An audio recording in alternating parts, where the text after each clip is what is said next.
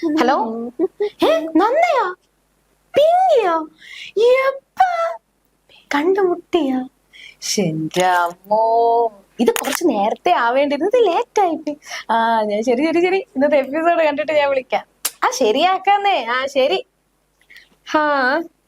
അങ്ങനെ പിങ്കിയും കണ്ടു, നന്ദയും കണ്ടു, എല്ലാം സെറ്റായി. എന്താണ് സംഭവം? പട്ടി ഷോ കാണിക്കാണ്, കാര്യം പറയടി. പട്ടി ഷോ ഒന്നും അല്ല, ഇന്നത്തെ എപ്പിസോഡാണ് എപ്പിസോഡ്. ഈ പിങ്കി ആരെന്നറിയാമോ? നന്ദി ആരെന്നറിയാമോ? നമ്മളെ ഗൗതം IPS ആരാണെന്നറിയാമോ? അയ്യേ ഇതൊക്കെ അറിയണം. ഇതൊക്കെ അറിയാത്ത ഏതെങ്കിലും സ്ത്രീ ഇവരൊക്കെ ഈ ചന്ദ്രികയിലല്ലേ, നമ്മളെ ഏഷ്യാനെറ്റിലെ ചന്ദ്രികയിലല്ലുന്ന ചന്ദ്രകാന്ത സീരിയലിനെ കുറിച്ച് അറിയാമോ? എനിക്ക് ഈ പ്രാന്തൊന്നുമില്ല. പ്രാന്ത എത്ര ആരാധകരാണെന്ന് അറിയാമോ ഇതൊക്കെ കാണാനായിട്ട് ഇങ്ങനെ ക്യൂ നിക്കണത്? സീരിയൽ കണ്ടിട്ടാണ് ഇന്നത്തെ അധികം കുടുംബവും നശിച്ചു പോകുന്നതാണ്. ആര് പറഞ്ഞു? അങ്ങനെ റിപ്പോർട്ടിങ് ഇറക്കി വെച്ചാൽ മതിയാ? ഒരു റിപ്പോർട്ടും ഇല്ല. എല്ലാരും സീരിയലിന് അടിമയാണ്, അടിമ. ഇന്നത്തെ എപ്പിസോഡ് അറിയാമോ? നന്ദ മരിച്ചു എന്നും പറഞ്ഞ് കാത്തിരുന്ന് എല്ലാവർക്കും ഇന്ന് നന്ദ ഒരു പണി കൊടുക്കാൻ വേണ്ടിട്ട് പോവാണ്. ഈ പിങ്കി വിചാരിച്ച് നന്ദ മരിച്ച് ഗൗതമിനെ സ്വന്തമാക്കി ഇനി ഒരാളും തനിക്ക് എതിരെ വരൂലാന്ന്. പക്ഷെ ഇന്ന് നമ്മളെ നന്ദയും ഈ പിങ്കിയും കൂടി കണ്ടുമുട്ടിയ ദിവസമാണ്. അതോടുകൂടി പിങ്കി പ്ലിങ് ആയ ദിവസമാണ്, അറിയാമോ? ഈ പിങ്കി എങ്ങനെയാ മരിച്ചത്? ഈ പിങ്കി അല്ല മരിച്ചത്, നന്ദ മരിച്ചു എന്നാണ് ഇന്ത്യവരത്തിലുള്ള എല്ലാവരും അറിഞ്ഞിരുന്നത്. ഈ നന്ദ ആരാണ്? നന്ദ അറിയില്ല? ഇല്ല. പിന്നെ നിങ്ങൾ എന്തിനാ ജീവിക്കണത്? നിങ്ങൾ എന്തിന് ഈ തലമുടി ഇങ്ങനെ ചിവിരുന്നാ മതിയാ? ഇതൊന്നും അറിയണ്ടേ? ഞാൻ അത്യാവശ്യത്തിന് സിനിമയൊക്കെ കാണാറുണ്ട്. സിനിമ കാണാറുണ്ട്. ഇപ്പൊ സിനിമയെക്കാൾ കൂടുതലാണ് ഈ സീരിയൽ പ്രേമികൾ, അതറിയാവോ? കൊച്ചു കുഞ്ഞുങ്ങൾ മുതൽ വലിയ അപ്പൂപ്പന്മാര് വരെ സീരിയലിന്റെ അടിമ. അതിന്റെ ഒരു പ്രശ്നം മാത്രമേ ഇനി ഈ ലോകത്തുള്ളൂ. പിന്നെ അല്ലാത്തവര് പിന്നെ ഒരു പ്രശ്നമില്ല. സീരിയൽ കണ്ടാൽ മാത്രമേ പ്രശ്നമുള്ളൂ. നീ വിഷയത്തൊന്നും വ്യതിചരിക്കല്ലേ, നീ കാര്യത്തിലേക്ക് വാ മോളെ. എന്താണ് ഇവിടെ പ്രശ്നം എന്ന് പറയാ? ആരാണ് ഈ നന്ദ? നന്ദ ആര്? ഈ നന്ദ എന്ന് പറയുന്ന നമ്മളെ IPS ഭാര്യ ആയിരുന്നു. ഇപ്പൊ അല്ല. എന്താ അവര് ഡിവോഴ്സ് ആയി? ഡിവോഴ്സ് ആയെന്നല്ല, ഈ പിങ്കി ഉണ്ടല്ലോ, ഒരു കുത്തിത്തിരിപ്പെന്ന് പറഞ്ഞ ഇവളെ പോലൊരു വിഷം വേറെ ആരും ഇല്ല. അപ്പൊ അറിയാ നാട്ടുകാരും ഈ അമ്മായിമ്മ പോരും നാത്തും പോരും അല്ലാണ്ട് നിങ്ങളുടെ സീരിയൽ എന്തോ തേങ്ങയാടോ ഉള്ളത്. അമ്മായിമ്മ പോരും അല്ല, നാത്തും പോരും അല്ല. നമ്മളെ പയ്യന്മാർ ഇവിടെ ഉണ്ട്, നല്ല അമ്മായിയമ്മയെ പോലും അല്ലെങ്കിൽ അമ്മയെ പോലും വിറപ്പിക്കുന്ന പയ്യന്മാർ. അതൊരു മിനിറ്റ്, എനിക്ക് ഈ IPS നന്ദന്റെ പിങ്കിന്റെ ഒന്നും മനസ്സിലായില്ലല്ലോ. നമ്മളെ ഇന്ദീവരം എന്ന് പറയുന്ന ഒരു തറവാടുണ്ട്. ഈ ഇന്ദീവരത്തിലുള്ള ആളാണ് നമ്മളെ IPS ഓഫീസർ. അപ്പൊ ഈ IPS അനിയനെ ആണല്ലോ ഈ പിങ്കി കല്യാണം കഴിച്ചത്.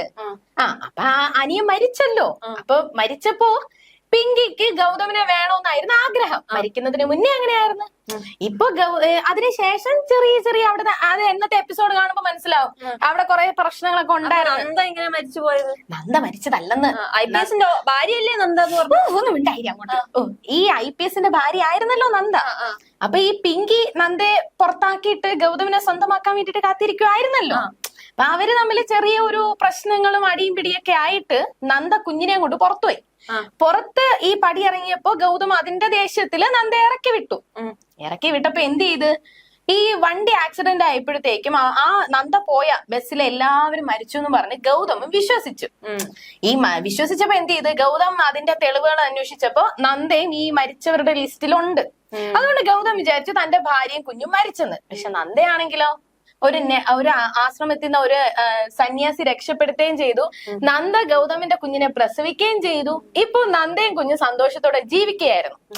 ഈ ഒരു ഗ്യാപ്പിലാണല്ലോ നമ്മളെ പിങ്കിയും ഗൗതമും ഒന്നിച്ചത്. പൊന്നു കുട്ട, ഞാൻ അറിയാമേലാഞ്ഞിട്ട് ചോദിക്കുക, സ്വന്തം ഭാര്യ മരിച്ചെന്ന് പറഞ്ഞ് വിശ്വസിക്കുന്ന IPS ഉദ്യോഗസ്ഥൻ, ഈ IPS ഉദ്യോഗസ്ഥൻ തന്നെ ഒരു വീട്ടിൽ IPS ഉദ്യോഗസ്ഥൻ ഉണ്ടായിട്ട് സ്വന്തം ഭാര്യ മരിച്ചെന്നാണ് വിശ്വസിക്കുക?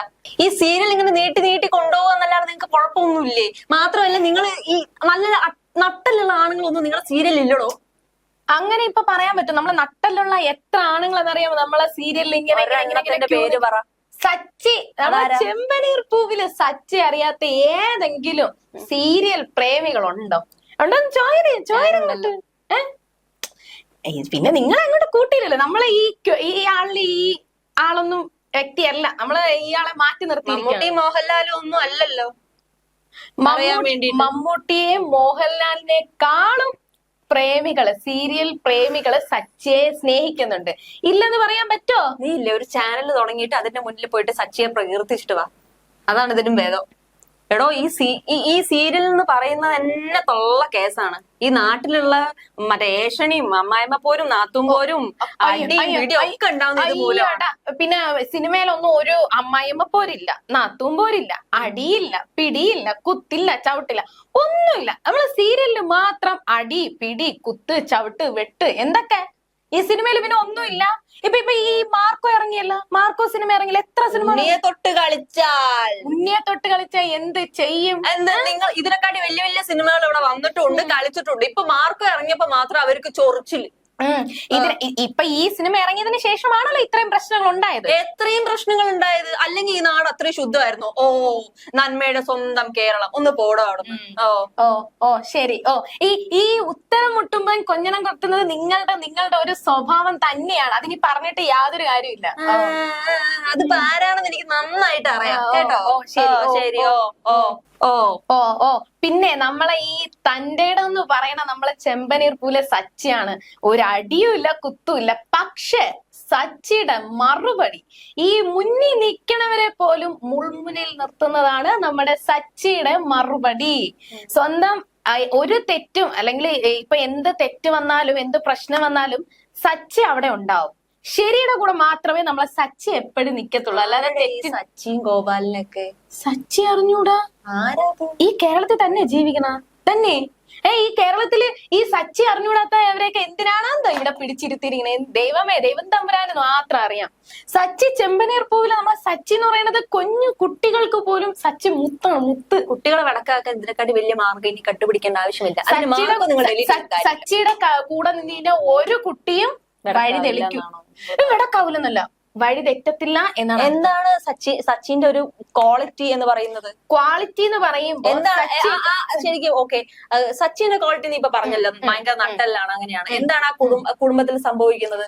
എല്ലാ സീരിയലിലും ഉണ്ടാവുമല്ലോ ഒരു വലിയ കുടുംബം, മറ്റേ വലിയ ചെയിനും മാലയൊക്കെ ഇട്ട് നടന്നിട്ട് എന്നും കുളിച്ചു വരുന്ന പോലെ.